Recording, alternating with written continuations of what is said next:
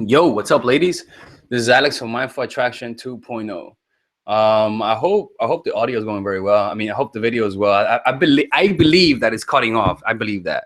But if it's not cutting off, that's fine. And if it is cutting off, oh well. So in today's video, I'm going to be showing you guys the key to being mysterious, and I'm going to be reading off some of the notes that I took, some of the highlights that I took from the 48 Laws of Power, an extremely good book that everyone should read. Right? I'm going to put my microphone right here. Okay, give me 1 second. Okay, fuck it, right? I'll just put it right here. So a lot of people when they try to be mysterious, they think that in order to be mysterious, you need to be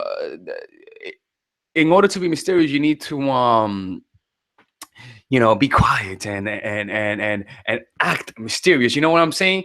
Like when you think of being mysterious, you think of like, hey, what's up? That's not being mysterious, right? Trying to act mysterious is not being mysterious. Being mysterious is all about what you project rather than what you hide.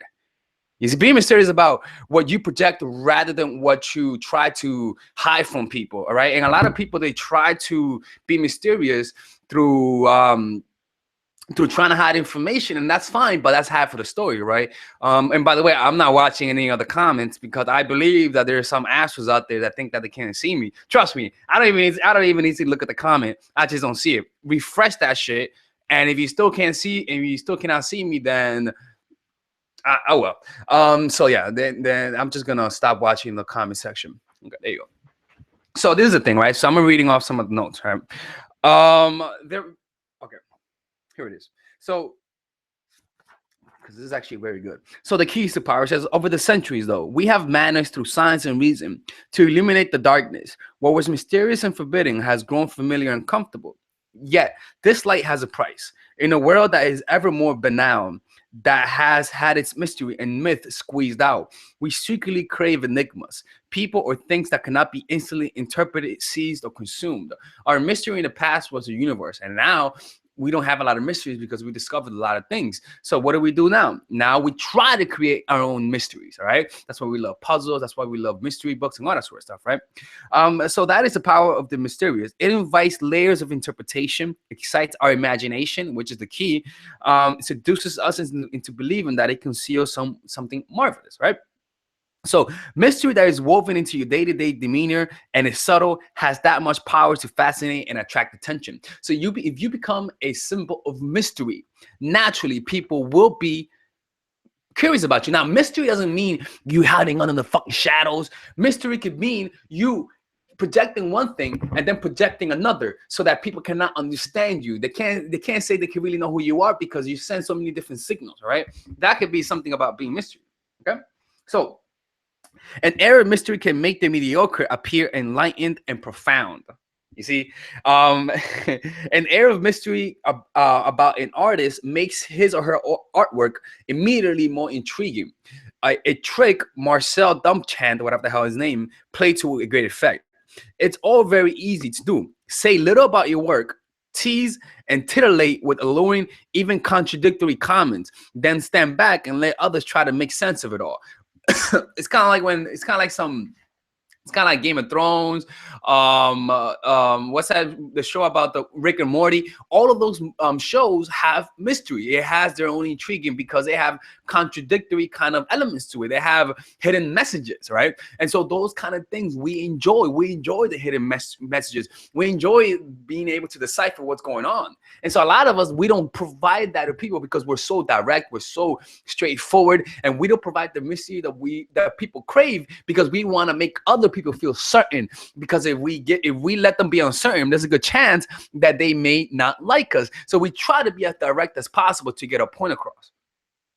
You must learn to make yourself less obvious. Every now and then, act in a way that doesn't match with other people's perception of you. For example, you guys know me to be, I don't know, into spirituality, right? But then you guys see me acting crazy sometimes. You guys see me get mad. You guys see me acting in ways that's not quote unquote spiritual. So that's the contradiction, the mystery, the fascinating part, that you are one way, but at the same time, there's another crazy element to you, right? And so a lot of people they just try to act one way. they're very spiritual. Hi, how are you? Today feels so good. Oh, I'm so in the moment. How are you, my friend? How you feeling? Good? Like, you know, that kind of spirituality, that bullshit, like always fucking in bliss. Or you have the fucking psychos who only act psychos. There's nothing intriguing about them because there's no contradiction. You see, so and that's where you gotta understand that in order to be that mystery, you gotta embrace your contradictions. So if you are into spirituality, sometimes show that you're not really spiritual. Sometimes show that you sometimes get a little fucked up in the head, right? Because it gives you more depth. It makes you more mysterious. It makes people say this guy isn't this guy. This guy is it has more depth to him, or in your case, this woman has more depth to her, right? So it's all about the contradictions. It makes people process you more, right? So the contradiction makes people say, I'm trying to understand this person. And why are you trying to understand them? Because they're a mystery. So if you notice that people think you're too predictable, if people get bored of you, then that means that you're suppressing a part of you. For example, people who are super nice, usually it means that they're suppressing their bitchy side because no one is super nice. So if that's the case with you, you gotta learn to embrace the parts that you're suppressing. Learn to embrace the parts that you're trying to the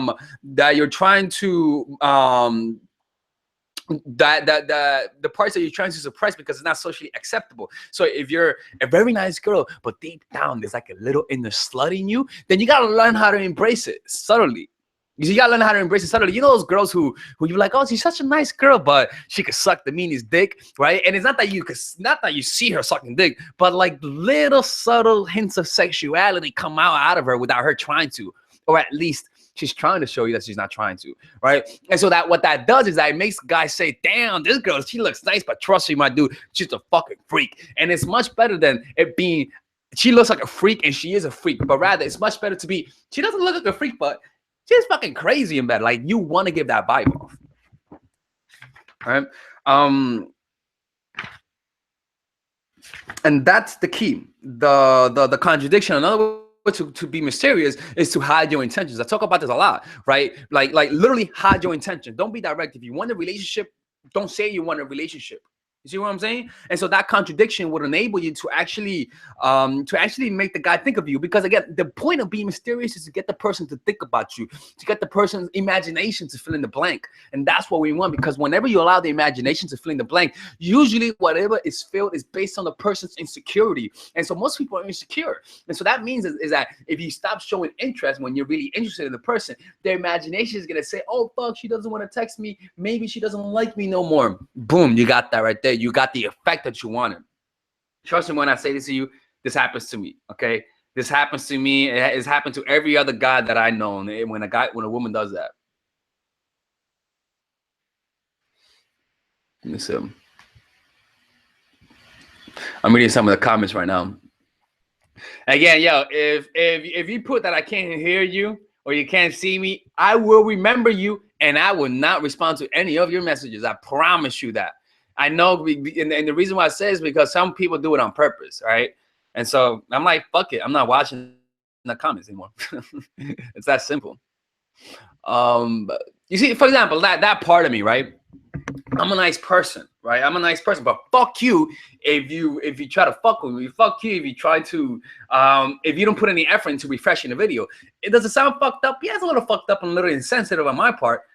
But that's the point, is that is a part of who I am, right? And so, yeah, it's a little bit of an asshole kind of thing, right? But that's the point, is that if you believe that I'm just a super nice person, right, then I'm not going to be that interested. But if I show you who I really am, if I show even the parts of me that is kind of mean, then it's going to give you, which in my case, me, a more interesting kind of look, because you'll be like, oh, he's a nice person, but sometimes he's an asshole, right? And so that thing says, I can't figure him out, because yeah, he's one thing, but at the same time, he's something else, right?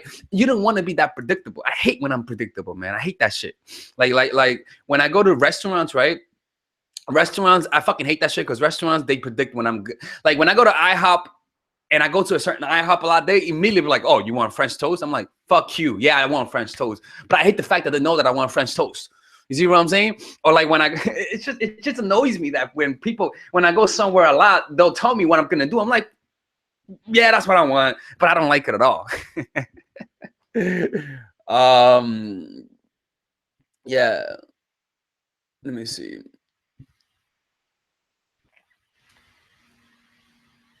All right. Anyways, that's it, ladies. If you guys, I'm actually uploading a new video. Go check out the new video. It's gonna be up and right after this video is done. If you guys want one-on-one coaching, just go to mindfulattraction.org/in-game coaching. I'm actually running a special. A special. If you guys are in my newsletter, you should have gotten that message of the discount that I'm providing this weekend. Right. I'm providing a you'll see on my website that there's a huge discount going on. Anyway, take care, ladies. Have a great day and bye-bye. Oh my God, sorry about that. I just had some fish oil. And I guess fish oil makes you burp sometimes, right? Fish oil is good. Let me show you what I take. I gotta take fish oil, right? I take this thing called Osteomuscle. It's ostarine. It's an amazing performance enhancer. It's not a drug. It's actually legal. It's like it should be legal, right? It should be legal because of how effective it is, but it has zero side effects. Like, honest to God, ladies, I'm not gonna tell you to use this, but do your fucking research. Do your research. I like to tell people, don't use what I say. Just do your research, right? Do your research on ostarine. Okay? Do your research on ostarine, and you'll know exactly what I'm talking about.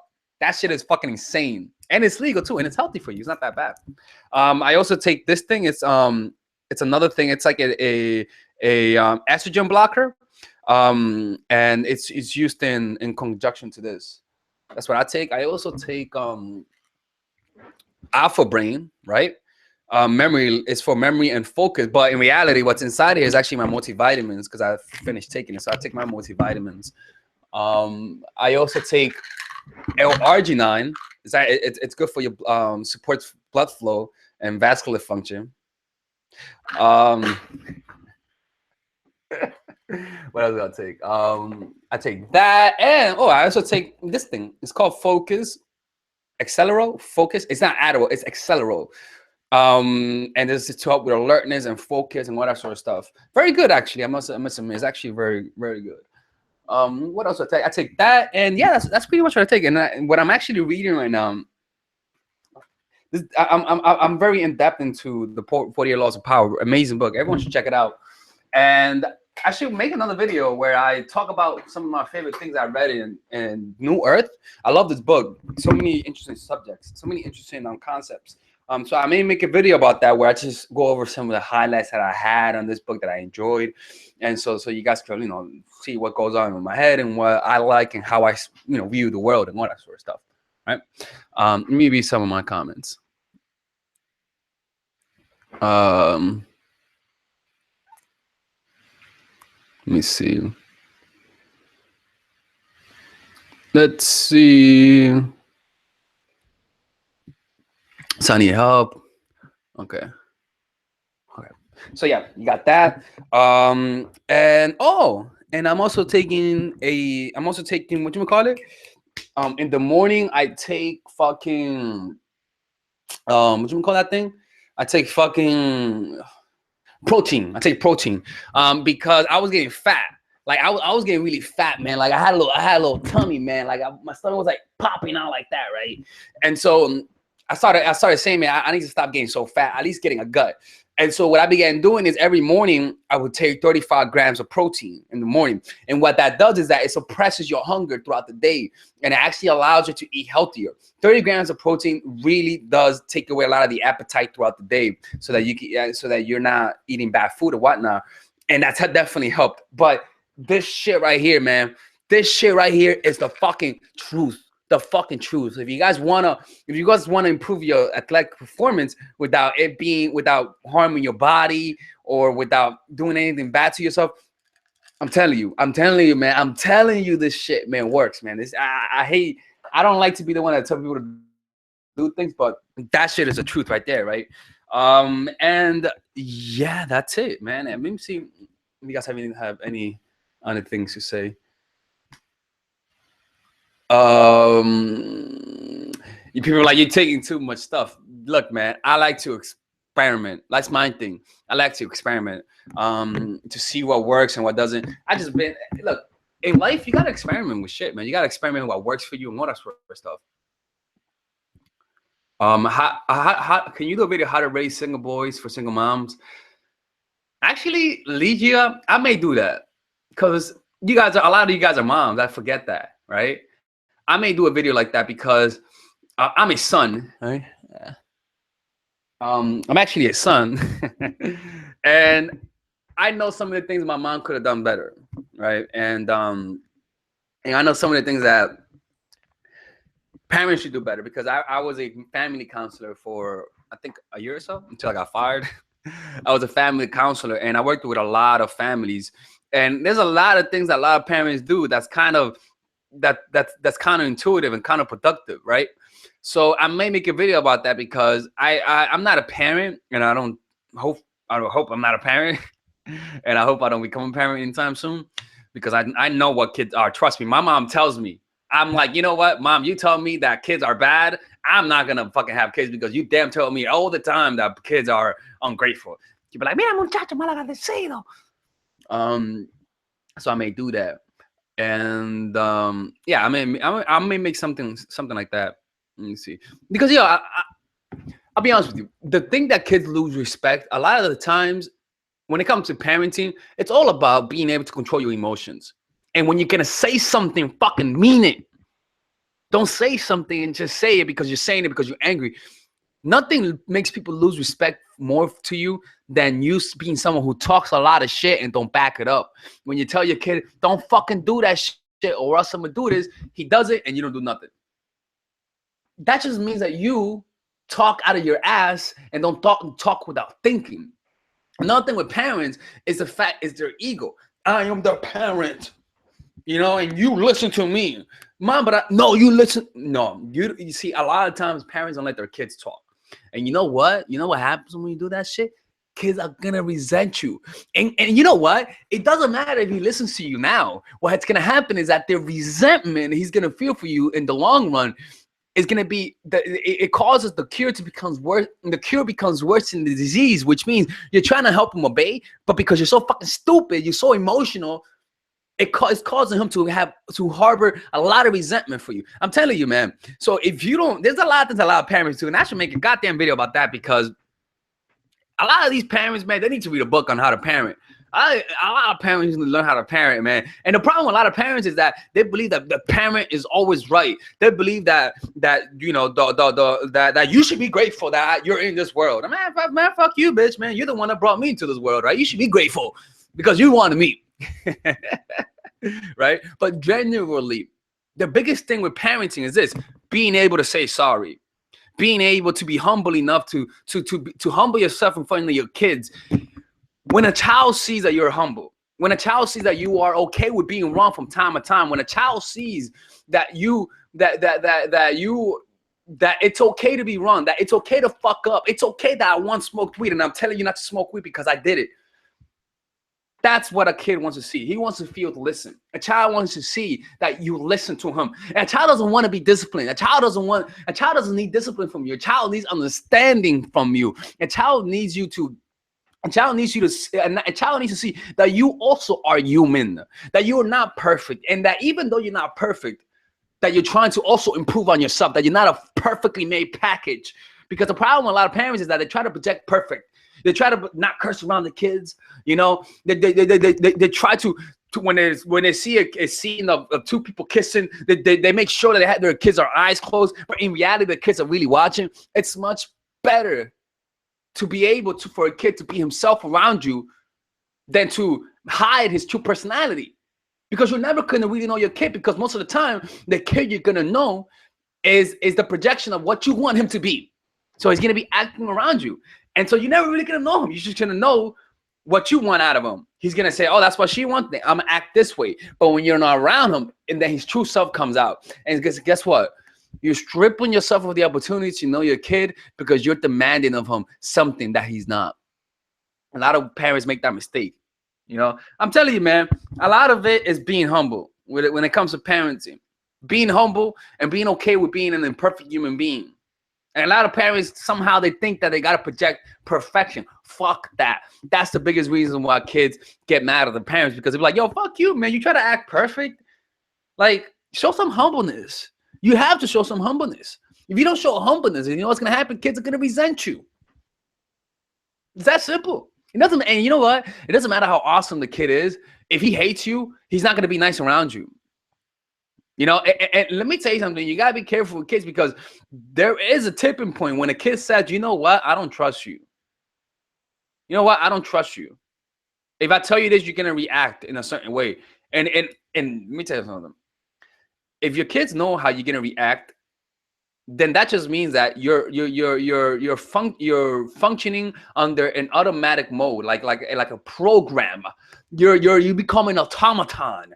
You learn to feel and react. And so kids know damn well how you're gonna react. And so what's gonna mean? What does that mean? That means that you are being controlled by your emotions. You think you're right. You think that your life sucks because of your kids. A lot of parents do that. And guess what? You're gonna end up alone. Your kids are not gonna want to be around you. Your kids are gonna just not gonna go for you for help, because anytime they need help, you're there trying to judge them. You're there trying to change them. You know, kids get angry at that with parents. You know, kids get angry. And what's even worse and more fucking pathetic is when them parents, when they know they're fucked up, rather than apologizing, they try to do things to make their kids happy. Oh, let me cook for you the best meal. Or they'll try to buy clothes for the kids so that maybe they could forgive them. But rather than doing that, just go up to your kid and say, I'm sorry. But parents don't do that. Parents, rather than say sorry, they try to go the other route. No, motherfucker, say sorry, man. Apologize. How many parents? You know you're in this. Have you ever apologized to your kids? If you haven't, then you're fucking up. At least fake an apology for the sake of showing your kids humbleness. Fake an apology. Do something wrong. Apologize to them so that they can learn to apologize. Don't demand an apology from them if you don't even do it yourself.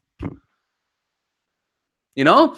And like you said, being a parent is not hard. It's not easy. It's hard. It's not easy. I know. It's not that I know because I'm a parent, but because I know because I've dealt with parents. And a lot is not about the functioning aspect of parenting.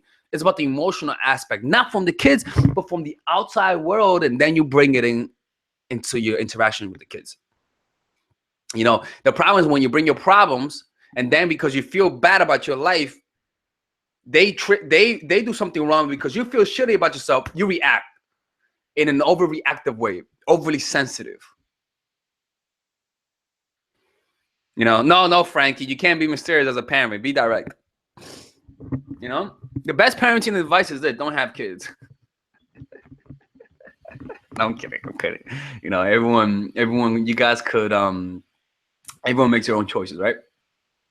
But yeah, man, like it's just, you know, kids could be a headache. You know, parenting is a thankless job. It's one of those thankless jobs. It's kind of like being a president. It's a thankless job, right? And so that's what you gotta do, man. You know, don't have kids. Wrap it up. Oh man, generally, man, just bring mindfulness into your relationships. Bring mindfulness into your relationship with your kids.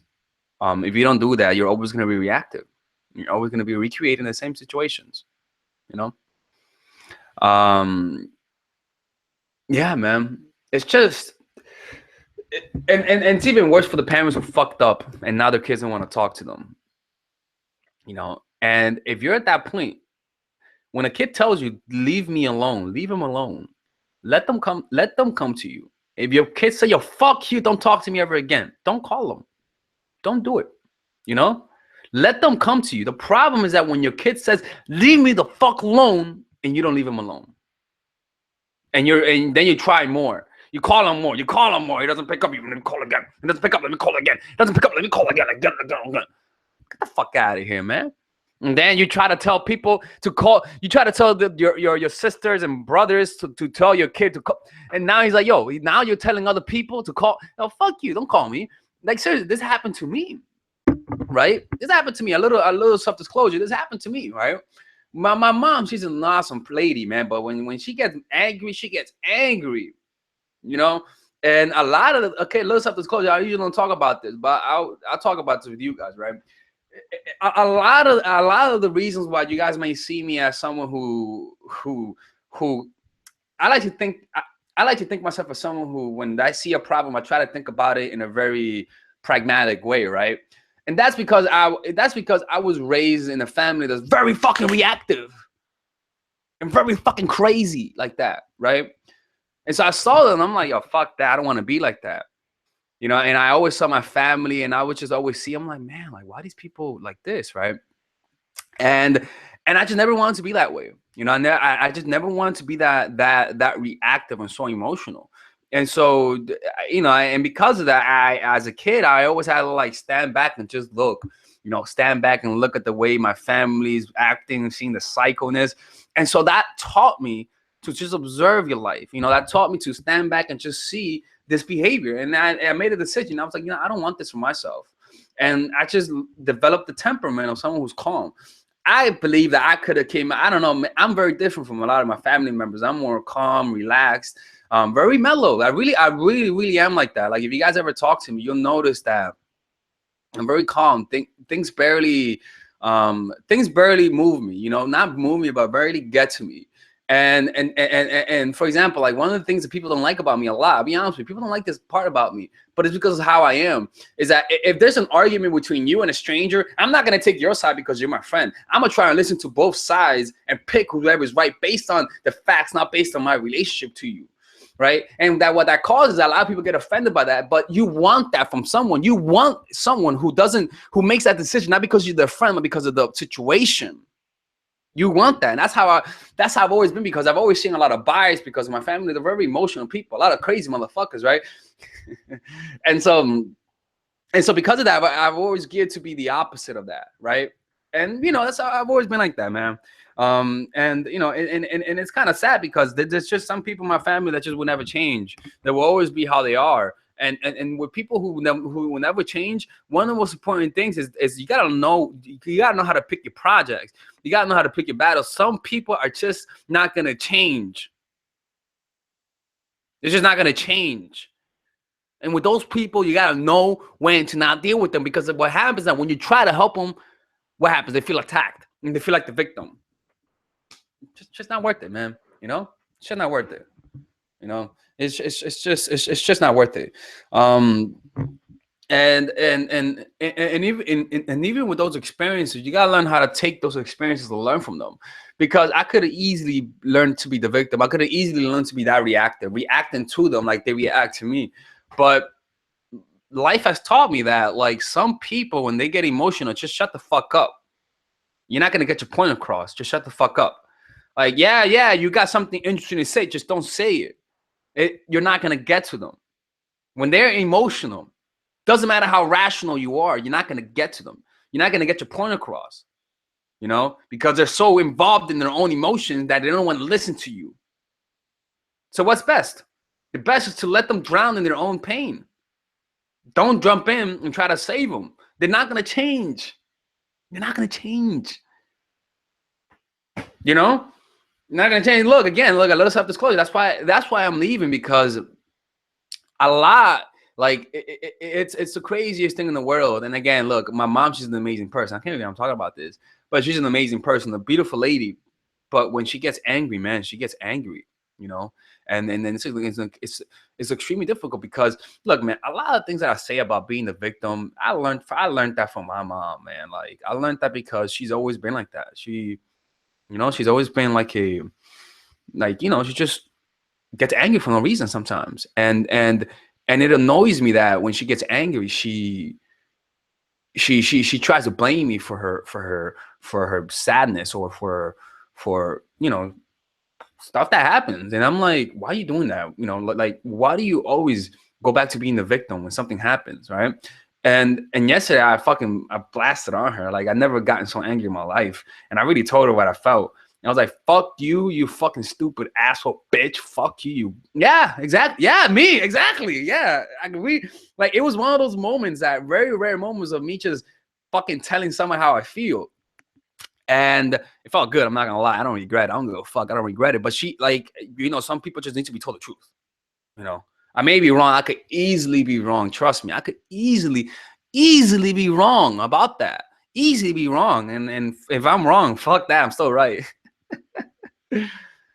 But you know, and it saddens me because every time I leave, she'll call me a lot. She'll text me a lot.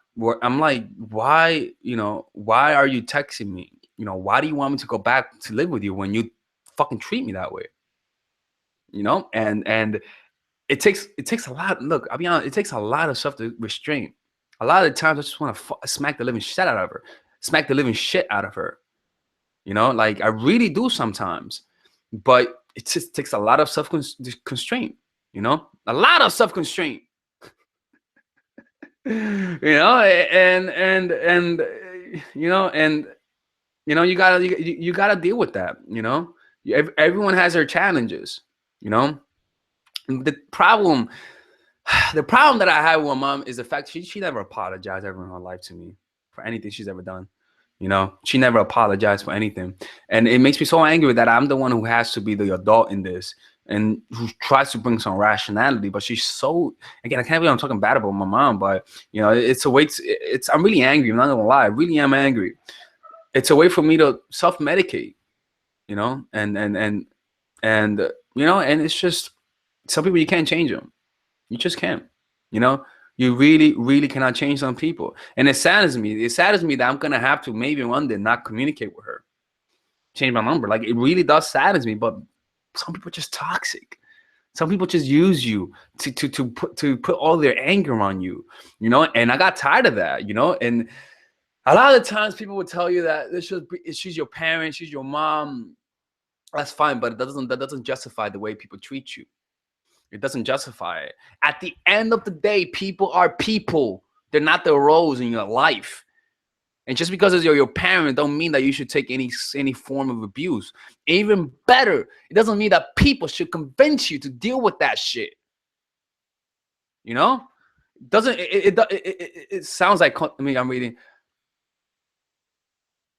Yeah, I mean, I think it's called codependency. I don't like it at all. I really don't like it, man. Because like I'm there's been times when, you know, like when she's made me feel like I'm the bad one, you know, and I'm like, maybe I'm the bad one. But in reality, sometimes people are such victims that they turn any you guys see how I am, right? I believe that most parents, most people who will see me, they'll be like, "Oh, you're such a great son." She doesn't think that. You know, my mom really thinks that I'm a horrible son. You know, I'm not gonna try to convince her otherwise. I really am not. Like, and with stuff like that, with people, the last thing you want to do is convince them that of something that in their minds is created from their irrational emotions. You know, like when she's happy, I'm the great son. When she's not happy, I'm a horrible son, right? And it angers me sometimes that I feel that way, and that I'll try to convince her that I'm not, and that's the mistake. Sometimes you gotta let people believe whatever they want to believe, you know, and you know, but anyways, you know, a little self-disclosure, I believe, right? What is actually my for Jackson? All right, have a good day.